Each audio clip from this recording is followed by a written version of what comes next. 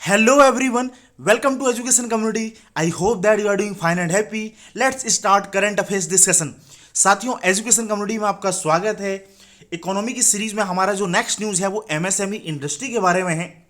तो देखिए, सरकार ने जो नई डेफिनेशन है एमएसएमई की, उसमें विनिर्माण और सेवाएं दोनों को मिलाकर यहाँ पर दो तरीके से हम इसको क्लासिफाई कर सकते हैं, एक इन्वेस्टमेंट के बेस पर और दूसरा टर्नओवर के बेस में। इन्वेस्टमेंट के बेस पर यदि 1 करोड़ रुपए से कम इन्वेस्ट हुआ है तो वो सूक्ष्म उद्योग में आ जाता है। 10 करोड़ रुपए से कम इन्वेस्टमेंट हुआ है तो लघु उद्योग के तौर पे वो इंडस्ट्री क्लासिफाई की जाती है, और 50 करोड़ रुपए से कम है तो मध्यम उद्योग के तौर पे। फिर टर्नओवर की अगर हम बात करें तो 5 करोड़ रुपए तक सूक्ष्म उद्योग, 50 करोड़ रुपए से कम इन्वेस्टमेंट लघु उद्योग, और 250 करोड़ रुपए से कम इन्वेस्टमेंट में मध्यम उद्योग के तौर पे हम उसको क्लासिफाई करते हैं। अगर दोस्तों हम एमएसएमई सेक्टर की स्थिति की बात करें, इंपॉर्टेंस की बात करें, तो देखिए जीडीपी में 30% कंट्रीब्यूशन जो है एमएसएमई सेक्टर का है। जो हम इंडिया टोटल एक्सपोर्ट करता है उसमें 48% जो है एमएसएमई इंडस्ट्री कंट्रीब्यूट करते हैं। विनिर्माण में मैन्युफैक्चरिंग सेक्टर में 45% कंट्रीब्यूशन इन उद्योगों का है, और 11.1 करोड़ रोजगार सृजन सेक्टर है ये वाला। फिर देश में लगभग 6.34 करोड़ जो है एमएसएमई इंडस्ट्री है। देखिए, एमएसई हमारे सेक्टर इकोनॉमी के लिए काफ़ी इंपॉर्टेंट है। मेंस के लिए तो ये समझ ली काफ़ी फेवरेट टॉपिक है। प्रीलिम्स में भी कुछ क्वेश्चंस यहाँ से आ सकता है। अब कुछ और पहले हैं जो एमएसएमई उद्योग के लिए स्टार्ट किए हैं दोस्तों। अगर हम उनकी बात करें तो हमारे सामने पहला इनिशिएटिव है। तो यहां पर दोस्तों जो पहली पहल है वो है आत्मनिर्भर Bharat fund, self resilient India fund, यानी कि एसआरआई जो फंड बनाया गया था। ये क्या है, एमएसएमई सेक्टर में 5,000 करोड़ रुपए की प्रतिबद्धता के साथ इस फंड को बनाया गया था। और इसमें क्या है कि जो सेबी द्वारा पंजीकृत द्वितीय श्रेणी के अल्टरनेटिव इन्वेस्टमेंट फंड होते हैं। अब देखिए, मैंने आपको बताया था पहले हमारी इकोनॉमी की इसी सीरीज में, अल्टरनेटिव इन्वेस्टमेंट फंड जो बड़े इंडिविजुअल कंट्रीब्यूट करते हैं और ये बड़े फंड्स होते हैं। तो उसे सरकार ने एमएसएमई को विकास पूंजी प्रदान करने के लिए 2020 में लॉन्च किया था। और एनएसआईसी वेंचर कैपिटल है, जो अल्टरनेटिव इन्वेस्टमेंट फंड है, उसमें वेंचर कैपिटलिस्ट फंड भी आ जाते हैं। तो जो एनएसआईसी वेंचर कैपिटलिस्ट है वो उसके द्वारा ये फंड संचालित है, एसआरआई। और एसबीआई की सीएएफ जो है इसके लिए प्रबंध निदेशक है। अब कौन प्रबंध निदेशक है नहीं है ये तो मायने नहीं रखता है, लेकिन इस जो एमएसएमई के लिए जो फंड बना है इसके लिए पैसा कहाँ से आता है, ये एक अल्टरनेटिव इन्वेस्टमेंट फंड के तौर पे आता है। ये हमको ध्यान में रखना है। फिर क्या है, यह मदर फंड और डॉटर फंड संरचना के माध्यम से संचालित होता है। मदर फंड के तौर पे के रूप में ये डॉटर फंड के कुल कोष में 20% तक योगदान करता है, और डॉटर फंड से 80% पूंजी बाहरी स्रोतों से जुटाता है। थोड़ा सा ये ध्यान रखना है, ये किससे एसोसिएटेड है। तो ये एमएसएमई के लिए फंड है। तो दोस्तों एक इनिशिएटिव है scientific research infrastructure sharing maintenance and networks, जिसको शॉर्ट एब्रीविएशन है श्रीमान। इसके माध्यम से क्या है, ये श्रीमान जो दिशा निर्देश हैं, ये जो ministry of science and technology है, department of science and technology है, उसके द्वारा जारी किए गए हैं। और ये सार्वजनिक रूप से वित्त पोषित वैज्ञानिक अनुसंधान और विकास अवसंरचना तक बेहतर पहुंच और साझाकरण के लिए जारी किए गए हैं। एमएसएमई सेक्टर की इस सेक्टर तक, इंफ्रास्ट्रक्चर तक पहुंच हो, उसके लिए एक प्रकार से ये जारी किए गए हैं। इसमें फिर अलग अलग उद्योग के लोग पार्टिसिपेट करते हैं। उद्योग है विशेषकर सूक्ष्म एमएसएमई, स्टार्टअप्स आदि के साथ भी गठबंधन करेगा। कुल मिलाकर दो बातें काम की हैं। एक तो भाई ये श्रीमान इनिशिएटिव है, ये एमएसएमई सेक्टर के डेवलपमेंट के लिए एसोसिएटेड है, विज्ञान और प्रौद्योगिकी डिपार्टमेंट के द्वारा स्टार्ट किया गया। फिर हमारा काम इसमें हो गया। फिर उद्यम पोर्टल है एक और।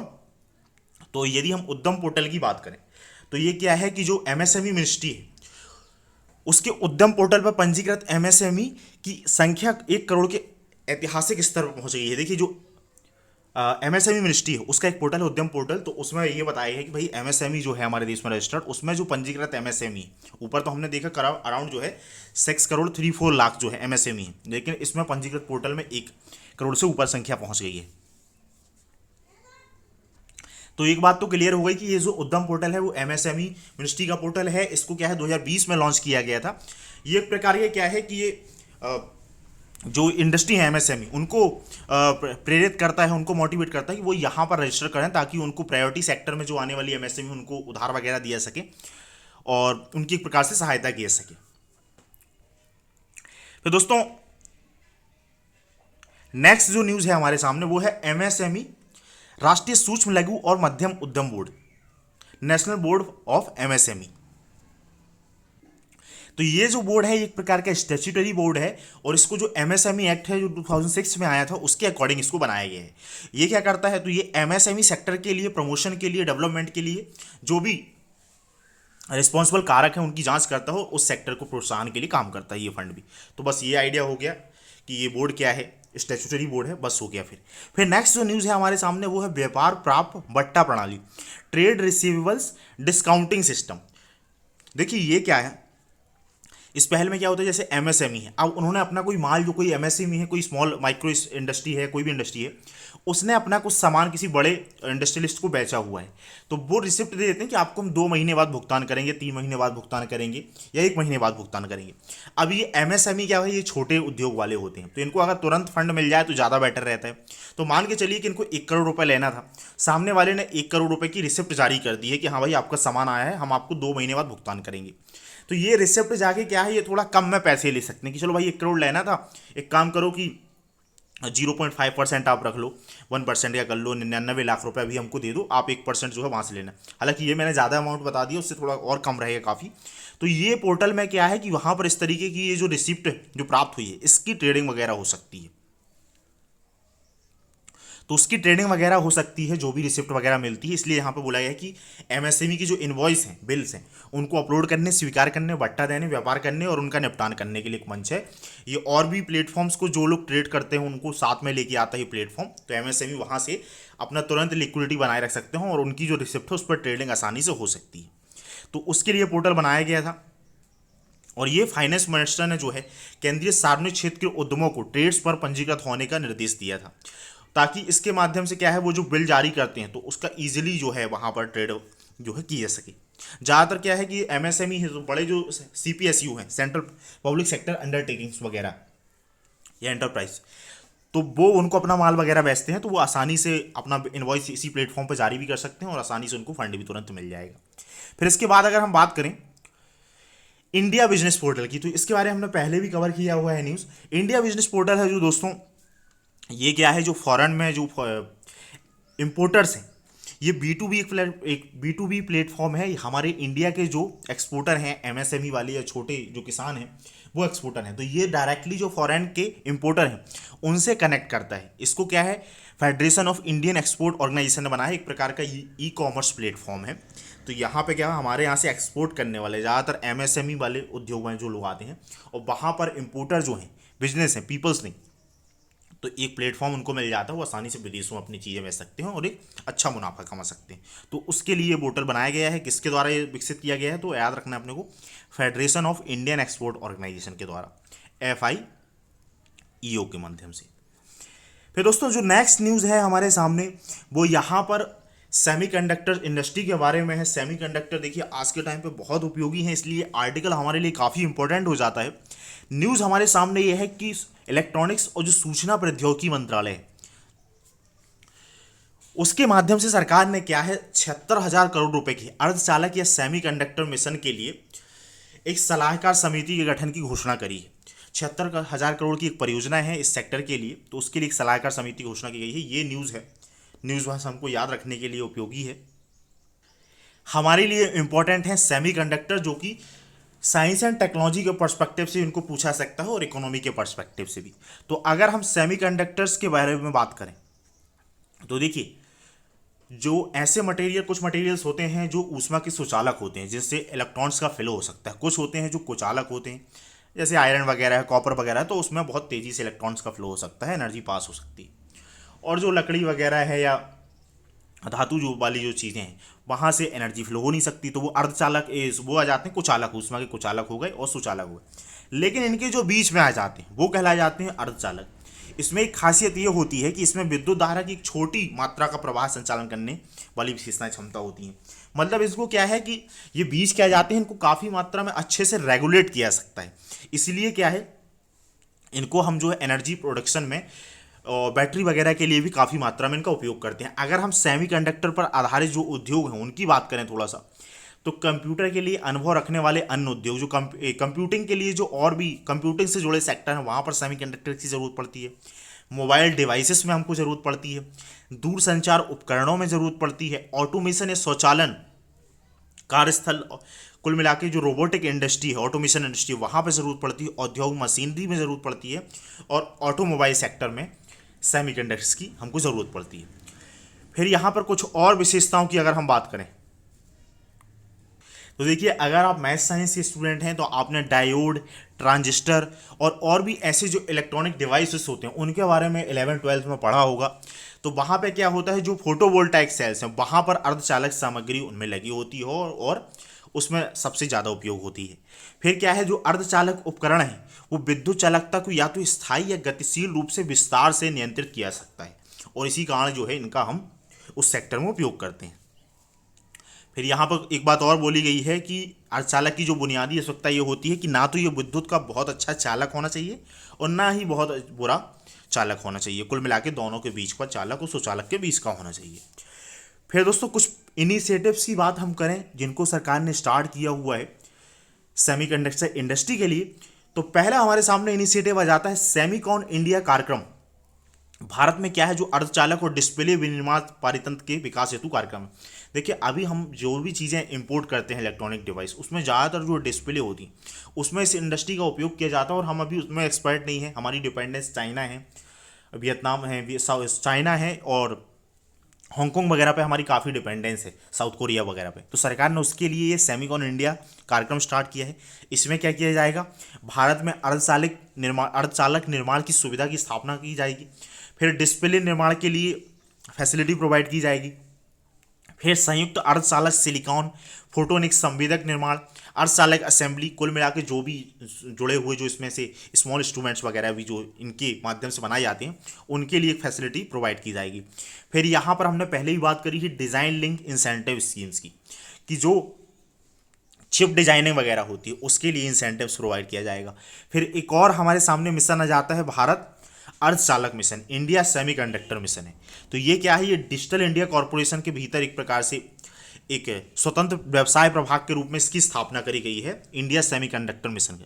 और इसका भी जो उद्देश्य है वो अर्धचालक और डिस्प्ले विनिर्माण सुविधाओं, अर्धचालक डिजाइन पारितंत्र को विकसित करने के लिए पर्याप्त इंफ्रास्ट्रक्चर मुहैया कराना है, इकोसिस्टम का निर्माण करना है।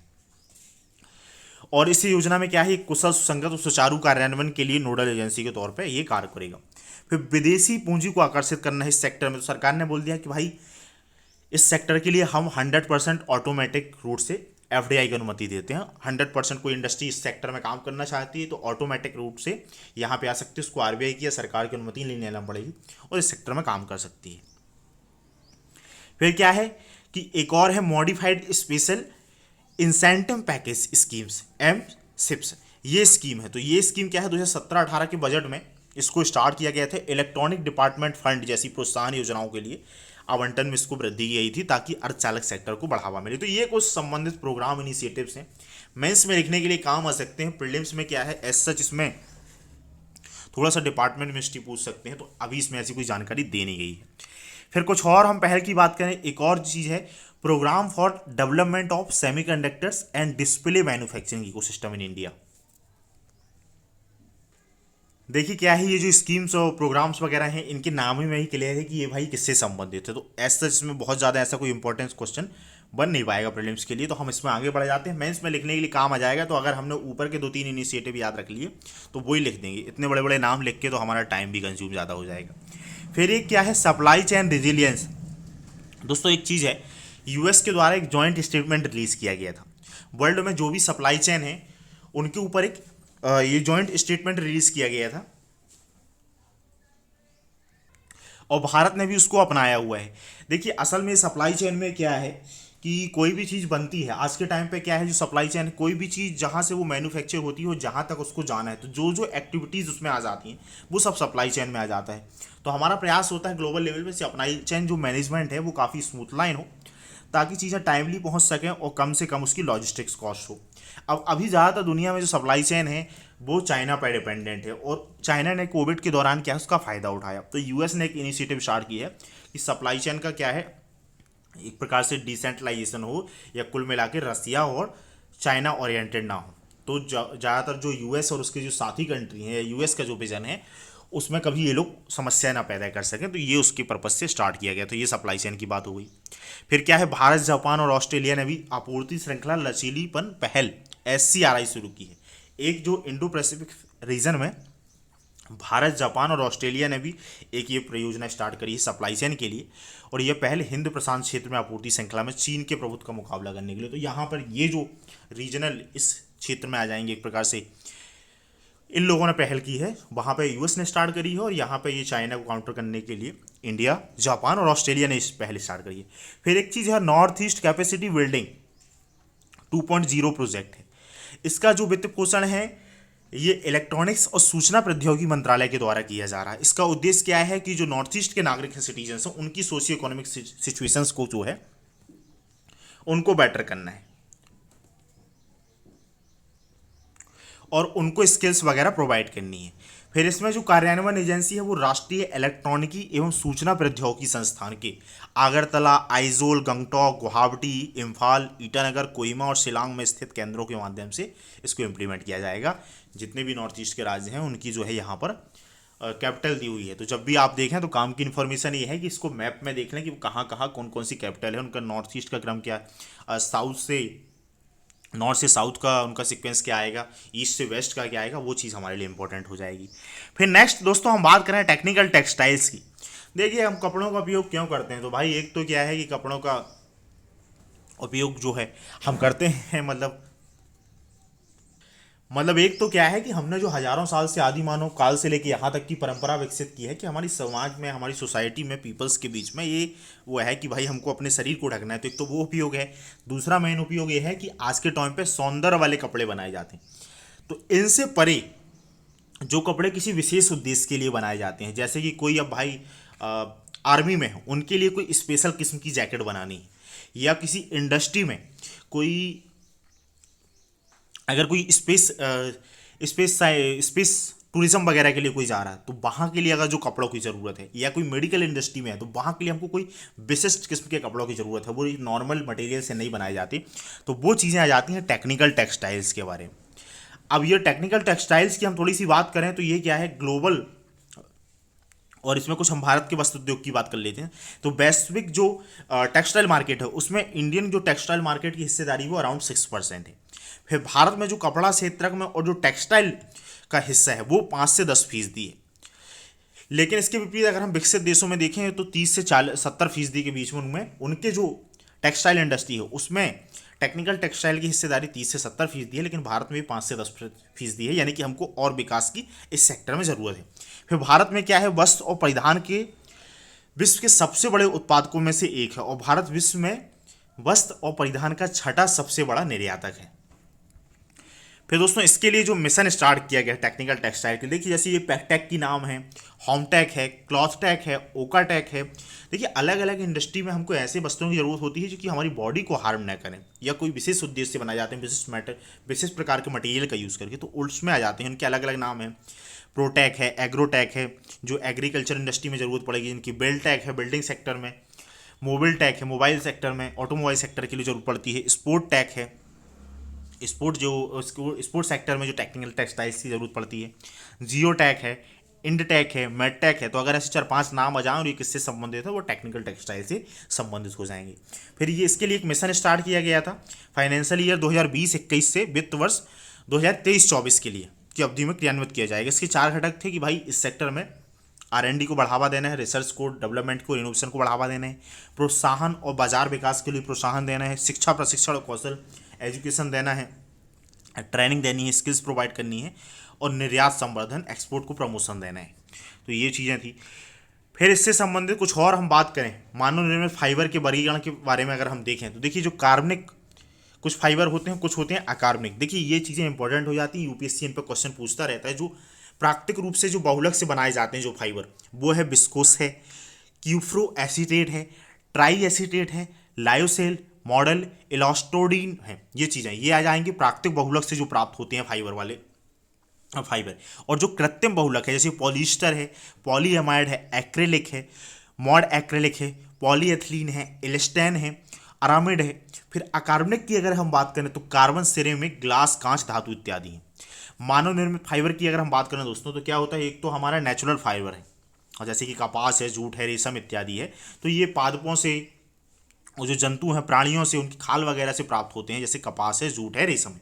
और मानव निर्मित जो फाइबर हैं उनको क्या है कि जो पॉलीमर या कच्चे माल के तौर पे जो अणु प्राप्त होते हैं पेट्रोलियम बेस्ड इंडस्ट्री से, जो पेट्रोलियम सेक्टर क्रूड ऑयल की रिफाइनिंग के दौरान जो हमको प्रोडक्ट प्रोवाइड होते हैं उसके बेसिस पे जो बनाए जाते हैं, जैसे कि विस्कोस है, पॉलिस्टर है, नायलॉन वगैरह, जो भी प्लास्टिक आता है तो वहीं से जो मटेरियल दाने वगैरह उसका जो भी चीज़ें बच जाती हैं क्रूड ऑयल प्रोसेसिंग के दौरान, तो उससे हम ये चीज़ें बनाते हैं, तो ये आ जाती हैं हमारे मैन मेड फाइबर के तौर पे।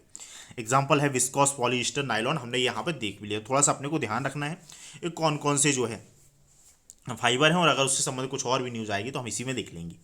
फिर क्या है, इसको हमने कवर कर लिया। कच्चे माल की बात करें यहाँ पर तो क्या है, प्यूरिफाइड टेरेफेथिलिक एसिड पीटीए और मोनोएथिलीन ग्लाइकॉल एमईजी मूल श्रृंखला में फाइबर तथा फिलामेंट के उत्पादन के लिए उपयोग किए जाने वाले बुनियादी कच्चे माल है। ये दो जो आइटम है पीटीए यानी कि प्यूरिफाइड टेरेफेथिलिक एसिड और मोनोएथिलीन ग्लाइकॉल है, ये श्रृंखला है फाइबर निर्मित करने की, उसके फिलामेंट के उत्पादन के लिए प्रयोग किए जाने वाले कच्चे माल हैं। ये इंपॉर्टेंट था इसलिए मैंने इसको रिपीट किया है। और जो एमएमएफ है ये तकनीकी वस्त्र उत्पादों के लिए एक आधार है, यानी कि मानव निर्मित फाइबर जो है वो टेक्निकल टेक्सटाइल के लिए बेस है। फिर दोस्तों हम बात करें नेक्स्ट जो हमारा न्यूज़ है, यहाँ पर फार्मास्यूटिकल इंडस्ट्री और मेडिकल डिवाइसेस संबंधित न्यूज़ हैं। तो पहला जो हमारे सामने न्यूज़ है वो है भारत में चिकित्सा उपकरण उद्योग के बारे में। तो देखिए जो भी चिकित्सा उपकरण बनाए जाते हैं तो उनके 5 तरीके के उपयोग होते हैं। यहाँ पर ये न्यूज़ है कि भाई चिकित्सा उपकरण विनिमय और नियंत्रण पर क्या है रिपोर्ट पेश, राज्यसभा में एक रिपोर्ट पेश की है। तो ये इन्फॉर्मेशन तो हमारे उतने काम की नहीं है। कई बार क्या होता है लेकिन जब मेंस में आपको लिखना होता है तो इंट्रोडक्शन में अगर आपके पास कुछ नहीं है तो आप करंट में क्या हुआ उसके बारे में आप वो लिख के भी स्टार्ट कर सकते हैं, तो वो वैसी चीज़ें काम आ जाती हैं वहाँ पर अगर इस सेक्टर से कुछ संबंधित आया। देखिए तो जो चिकित्सा सेक्टर में जो उपकरण उपयोग किए जाते हैं उनको 5 खंडों में विभाजित किया जाता है, 5 सेगमेंट में। भारत में क्या है, जो चिकित्सा उपकरणों की 4 श्रेणियां हैं। ए इसका मतलब है कम जोखिम वाले, बी कम मध्यम जोखिम वाले, सी मध्यम जोखिम वाले और डी जो है उच्च जोखिम वाले निर्माण। इनमें से 4 श्रेणियों का निर्माण होता है और इसमें भी क्या है, ए और बी में हमारी काफ़ी अच्छी हमारी डोमेस्टिक इंडस्ट्री काफ़ी इसमें आगे हैं, और जो सी और डी है उसमें एमएनसी का ज़्यादा कंट्रीब्यूशन है, जो मल्टीनेशनल कॉरपोरेशन है उनका ज़्यादा वो है। तो अगर हम मेडिकल उपकरणों की बात करें, देखिए अलग अलग टाइप्स के उपकरण होते हैं, जैसे कंज्यूमेबल एंड डिस्पोजेबल है उपकरण है, जैसे कि सिरेंज वगैरह जो बनाई जाती है, सुई वगैरह बनाई जाती है। फिर ऐसे उपकरण हैं जो डायग्नोस्टिक इमेजिंग वगैरह में यूज़ होते हैं, एमआरआई एक्सरे वगैरह में यूज़ होते हैं। फिर डेंटल उत्पाद हैं जैसे कि नकली दांत वगैरह की परतों वगैरह जो लगाई जाती है। उसके बाद ऑर्थोपेडिक्स एंड प्रो एस्थेटिक्स जैसी चीज़ें हैं जो घुटने के प्रत्यारोपण वगैरह में यूज़ की जाती हैं। फिर रोगी सहायक उपकरण हैं जैसे हियरिंग डिवाइस है, ये सब है। तो ये अलग अलग टाइप्स के डिवाइस होते हैं, मेडिकल डिवाइस जो बनाए जाते हैं। तो इनके ऊपर जो आर्टिकल है इसकी इंडस्ट्री के बारे में अगर हम बात करें तो मैंने जैसा आप लोगों को बताया कि जो सी और डी है इसमें क्या है, एमएनसी इंडस्ट्री की ज़्यादा भूमिका है, करीब अराउंड जो 90% है जो भारत इसमें आयात पर डिपेंडेंट है। बाकी ए और बी जो कैटेगरी वाले हैं उस पर जो है हमारे घरेलू विनिर्माताओं का महारत हासिल है। फिर दोस्तों अगर हम इसके रेगुलेशन की बात करें, ये ज़्यादा इंपॉर्टेंट हमारे लिए हो जाता है कि भारत में जो चिकित्सा उपकरण है या जो दवाइयाँ वगैरह उसके रेगुलेशन की हम बात करें तो जो चिकित्सा उपकरण उद्योग को रेगुलेशन में बात करें तो ये मिनिस्ट्री ऑफ जो अपना हेल्थ एंड फैमिली वेलफेयर है उसके अंडर आता है CDSCO, हिंदी में केंद्रीय औषधि मानक नियंत्रण संगठन। इसके जरिए एक विनियामकीय और गवर्निंग ढांचा प्रोवाइड किया गया है ये उपकरणों को कंट्रोल करने के लिए। इसके साथ ही जो फार्मास्यूटिकल विभाग आ जाता है जो कि ministry of chemical and fertiliser के अंतर्गत आता है, ये उसके प्रमोशन, उत्पादन और विनिर्माण संबंधी कार्यों से निपटता है। और ये जो पूरी प्रोसेस है वो चिकित्सा उपकरणों के लिए जो ड्रग्स एंड कॉस्मेटिक्स एक्ट 1940 है उसके अकॉर्डिंग विनियमित किया जाता है। फिर क्या है कि जो ministry of health and family welfare है इसने क्या है चिकित्सा उपकरण नियम 2017 के जरिए विनियामकी ढांचे को तैयार किया था। ये बात तो हो गई। फिर इसके रेगुलेशन के लिए क्या है कि 2 स्तरीय एक और मैकेनिज्म है। राज्य स्तर पे क्या है, एक राज्य ड्रग लाइसेंसिंग प्राधिकरण, जैसे राज्य लाइसेंसिंग प्राधिकरण या SLA भी कहा जाता है, नेशनल फार्मास्यूटिकल प्राइसिंग अथॉरिटी और फार्मास्यूटिकल विभाग, डिपार्टमेंट ऑफ फार्मास्यूटिकल्स, ये राज्य स्तर पे इनको मॉनिटर करने का काम करती हैं, रेगुलेशन का काम करती हैं। फिर इसके बाद अगर हम देखें तो जो श्रेणी C और D वाले चिकित्सा उपकरण हैं उनको CDSCO के द्वारा विनियमित किया जाता है, और जबकि श्रेणी A और B चिकित्सा उपकरण हैं उनका जो विनियमन है वो SLA के द्वारा नियंत्रित किया जाता है। तो ये अपने को ध्यान रखना है। मैंने आप लोगों को ये चारों कैटेगरी बताई, ए और जो बी है वो एक प्रकार से जो बेसिक लेवल के जो कम रिस्क वाले जो मेडिकल डिवाइसेस हैं, मेडिकल उपकरण हैं, वो निर्मित किए जाते हैं। तो ये जो है राज्य की अथॉरिटी उनको कर सकती है, विनियमित कर सकती है। और जो बड़े हैवी वाले हैं COD वाले, उनको जो है सेंट्रल अथॉरिटी करती है, जो कि ministry of family and health and family welfare के अंडर में आती है। तो ये थोड़ा सा अपने को ध्यान में रखना है यहाँ पे। फिर कुछ और इन्फॉर्मेशन है कि इस सेक्टर के लिए सरकार ने क्या है 100% FDI की अनुमति दे दी है। देखिए कई बार वो क्या है हमसे पूछ लेते हैं किस सेक्टर के लिए है 100% FDI की अनुमति है, इस सेक्टर में इतने परसेंट की FDI की अनुमति है। थोड़ा सा हमको ये ध्यान में रखना है। फिर प्रोडक्शन लिंक इंसेंटिव स्कीम्स है इस सेक्टर के लिए, वो सभी सेक्टर मैन्युफैक्चरिंग को बढ़ावा देने के लिए। और एक विधेयक का मसौदा है, चूंकि अभी ये मसौदे के तौर पे लॉ नहीं बना है, तो इसलिए फिर हम इस पर अभी उतना ध्यान नहीं देते हैं। फिर क्या है कि जो वर्ल्ड ड्रग पार्क की बात करी गई है, तो सबसे पहले हमारे लिए बात आ जाती है कि वर्ल्ड ड्रग ही क्या है भाई, ये वर्ल्ड ड्रग क्या है। तो इसे एक प्रकार का देखिए, इसके लिए नाम यूज होता है एक्टिव फार्मास्यूटिकल्स इंग्रेडिएंट्स। जैसे कि अगर आपको मैं बोलूँ कि आपको चिकन बनाना है या पनीर मसाला बनाना है, तो सबसे मेन इंग्रेडिएंट्स तो भाई आपका चिकन है। चिकन ही नहीं होगा तो आप क्या चिकन ग्रेवी बनाओगे, चिकन मसाला बनाओगे, कुछ भी बनाओगे, या ग्रेवी बनानी या पनीर मसाला बनाना है, कोई भी सब्जी बनाना, तो मेन चीज़ ही गायब है। अगर आप तो कैसे बनाओगे, आपको दाल बनानी हो, दाल ही नहीं है। तो कहने का मतलब कि जो मेडिकल्स इंडस्ट्री में जो भी दवाइयाँ वगैरह बनाई जाती हैं, उनमें कुछ ऐसे ये मटेरियल होते हैं एक्टिव फार्मास्यूटिकल इंग्रेडिएंट्स, जो वहाँ पर वो चीज़ें इम्पैक्ट करती हैं, वहाँ पे ये प्रभाव करते हैं। यानी कि किसी भी ड्रग या दवा का मुख्य घटक होता है जो किसी वांछित चिकित्सीय प्रभाव पैदा करता है। तो ये चीज़ें होती हैं। अब अभी क्या है, हमारी इन चीज़ों को लेकर चाइना के ऊपर काफ़ी डिपेंडेंस है। तो अगर चाइना ने इनकी सप्लाई बंद कर दी तो हमारा पूरा जो ड्रग उद्योग है वो ही ठप पड़ जाएगा। तो सरकार ने क्या किया है कि जो हमारा औषधि विभाग है, फार्मास्यूटिकल डिपार्टमेंट है, उसने ये वर्ल्ड ड्रग पार्क योजना स्टार्ट करी है। इसके अंडर में क्या है, जो 3 राज्य हैं, हिमाचल प्रदेश, गुजरात और आंध्र प्रदेश, जहाँ पे अच्छी खासी मेडिकल इंडस्ट्री डेवलप है। तो इनमें क्या है, 3 वर्ल्ड ड्रग पार्कों के निर्माण को सैद्धांतिक मंजूरी दी गई है। वहाँ पे ये मंजूरी दी गई है और उसके माध्यम से क्या है, जो API है इनको निर्मित करने का काम किया जाएगा और इस पर चाइना पे जो है डिपेंडेंस कम की जाएगी। क्या है, वर्ष 2020 में चाइना में API दुनिया का सबसे बड़ा विनिर्माता था। उसके बाद अमेरिका और भारत का नंबर आता था, और भारत तीसरा सबसे बड़ा औषधि उद्योग मात्रा के हिसाब से दुनिया में है। इसके बावजूद बहुत सारी जो भारतीय कंपनियां हैं उनकी जो डिपेंडेंस है पूरी तरीके से वो API के लिए चाइना पे है, तो इसलिए हम ये काम कर रहे हैं। फिर ये जो VDP है, वर्ल्ड ड्रग पार्क जो है, ये सक्रिय औषधि सामग्री और दवा मध्यवर्ती के अनन्य निर्माण के लिए समान बुनियादी कुल मिला के क्या है कि ये जटिल ट्रांसलेटेड वो होता वर्जन होता है, कुल मिला के एक सेक्टर के लिए निर्माण के लिए जो भी बुनियादी इंफ्रास्ट्रक्चर है वो हम मुहैया कराएंगे इस पार्क स्कीम के माध्यम से। फिर इसमें क्या है, केंद्र सरकार जो राज्यों को प्रति VDP 1,000 करोड़ रुपए तक अधिकतम तक का अनुदान प्रदान कर सकती है। फिर उससे जुड़ी एक और इनिशिएटिव है दोस्तों इस सेक्टर के लिए, क्या है, एक China+1 रणनीति स्टार्ट करी गई थी ताकि इस पर चाइना की जो डिपेंडेंस है उसको कम किया सके। इसके बाद क्या है कि जो की स्टार्टिंग मटेरियल्स है, औसत मध्यवर्ती और API के घरेलू विनिर्माण के लिए उत्पादन से संबंधित PLI योजना यानी कि प्रोडक्शन लिंक इंसेंटिव स्कीम्स इस सेक्टर के लिए भी स्टार्ट की गई है। इसमें क्या होता है असल में कि जो आपका प्रोडक्शन पहले हो रहा था उससे आप जो ज़्यादा प्रोडक्शन करोगे उसके लिए आपको सरकार इंसेंटिव्स देगी। तो ये हर सेक्टर के लिए स्टार्ट की गई सरकार के द्वारा। कुछ जगह डिजाइन लिंक इंसेंटिव स्कीम्स होती है जब हम वहाँ पे सेमीकंडक्टर्स वगैरह की बात करते हैं, बाकी हर जगह प्रोडक्शन लिंक इंसेंटिव स्कीम्स होती है। फिर दोस्तों जो यहाँ पर नेक्स्ट न्यूज़ हमारे सामने वो खिलौनों के बारे में है। तो यहाँ पर न्यूज़ ये हो सकती है भाई कि अलग अलग स्टेट के जो अलग अलग प्रमुख खिलौने हैं पारंपरिक, उनसे संबंधित न्यूज़ हो सकती है। हालांकि इस यहाँ पर ये आया है, न्यूज़ आर्टिकल आया है कि जो मेक इन इंडिया है, इसने एक प्रकार से जो यहाँ पर टॉय इंडस्ट्री है, खिलौने वाला जो सेक्टर है, उसके उस सेक्टर में हमको यहाँ पर सकारात्मक परिणाम देखने को मिले हैं। खिलौनों की आयात में 70% की कमी आई है इसकी मेक इन इंडिया पहल की वजह से। जो हमारे यहाँ पर इंडस्ट्री थी उनने जो यहाँ पर मैन्युफैक्चरिंग स्टार्ट करी है उसकी वजह से खिलौनों के निर्यात में क्या है 61% की और वृद्धि भी हो गई है, ये देखने को मिला है। लगभग 2021-22 में हमारा जो आयात है वो 371 मिलियन था $, था 2018-19 में, ये घटकर 2021-22 में $110 मिलियन रह गया। तो थोड़ा बहुत मेक इन इंडिया के बारे में हमको कहीं मेंस में लिखना होगा, वहाँ पे काम आएगा ये। तो भारत में खिलौना सेक्टर के बारे में बात करें दोस्तों तो ये ज़्यादातर असंगठित मार्केट है, मतलब फैला हुआ मार्केट है, जो संगठित तौर पे एक बाजार नहीं है जहाँ पर बहुत बड़ी बड़ी इंडस्ट्री काम कर रही है, बहुत छोटे छोटे प्लेयर्स होते हैं, इसलिए असंगठित मार्केट है। फिर यहाँ पे क्या है, 4,000 से अधिक खिलौने उद्योग इकाइयाँ एमएसएमई से संबंधित है। ये डेटा तो उतने काम का नहीं है, लेकिन 90% असंगठित है। ये कहीं अगर मेंस में आ जाता है तो हम यूज़ कर सकते हैं। फिर यहाँ क्या है, अराउंड जो है वर्ल्ड का जो खिलौना बाजार है वो $1.5 बिलियन का है, अराउंड 12,000 करोड़ रुपए का है, और उसमें भारत की हिस्सेदारी 0.5% है, यानी कि यहाँ पर स्कोप है, हम और अच्छा कर सकते हैं।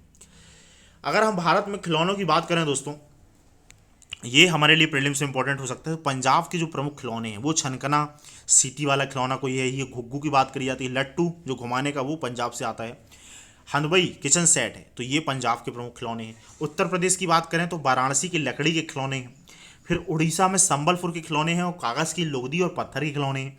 असम में बात करें तो असारी कांदी टेराकोटा खिलौने, देखिए नाम से याद रखिए, असम है, असारी कांदी तो असम से एसोसिएट हो गया। यूपी में याद रखना है ये लकड़ी खिलौने हैं वाराणसी से संबंधित। उड़ीसा में संबलपुर के खिलौने और कागज़ की लुगदी और पत्थर के खिलौने जो है वो भी जो है उड़ीसा से संबंधित है। फिर मणिपुर में लेफा देवी मणिपुर से संबंधित है। पश्चिम बंगाल में नटुन ग्राम गुड़िया, देखिए नाम लगा, ग्राम लगा हुआ है यहाँ पर, इसे नंदी ग्राम है, जहाँ पर जो ममता बनर्जी जी हैं उन्होंने इलेक्शन लड़ा था, शायद शुभेंदु अधिकारी, और उनका बीच में कुछ इलेक्शन वगैरह, तो वो नंदीग्राम सीट काफ़ी न्यूज़ में थी, तो नंदीग्राम।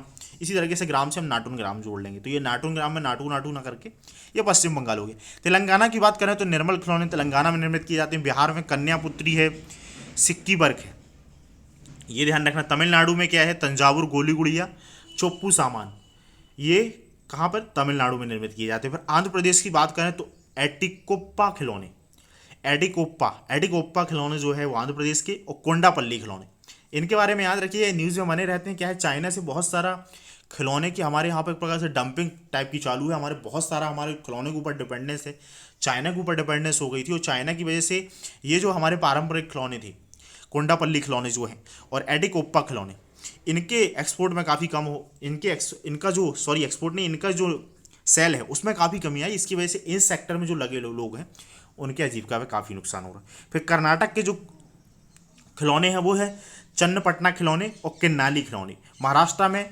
बाथुकारी लघु किचन सेट और सामंतवाड़ी, याद रखना है। फिर गुजरात में क्या है, थिगड़ा और ढिंगला है।